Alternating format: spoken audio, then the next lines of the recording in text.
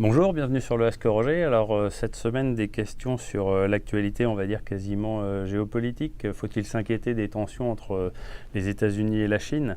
Alors c'est vrai que c'est ce qui a fait baisser les marchés, puisqu'une guerre commerciale entre ces deux grands géants serait effectivement très néfaste pour l'activité économique dans son ensemble. On a vu que ça avait fait baisser les marchés, mais je crois que ce qu'il faut également comprendre, c'est qu'on a un président des États-Unis qui a une façon de négocier qui est complètement différente de la nôtre, de ce qu'on a l'habitude de voir, c'est-à-dire qu'il se met dans une situation de rapport de force pour essayer d'obtenir des choses, et on l'a vu avec un tweet hier soir qui allait complètement dans l'autre sens pour rassurer, pour dire qu'in fine, en fait, l'objet était sans doute de trouver un accord un peu plus équilibré.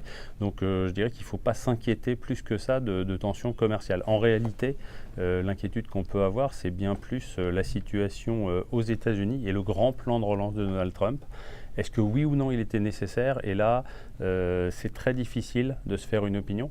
Vous le savez sans doute, mais certains pensent que ce plan de relance n'était pas nécessaire, va entraîner une surchauffe de l'activité aux États-Unis, donc des tensions sur l'inflation, des tensions sur les salaires et des tensions in fine sur les taux d'intérêt.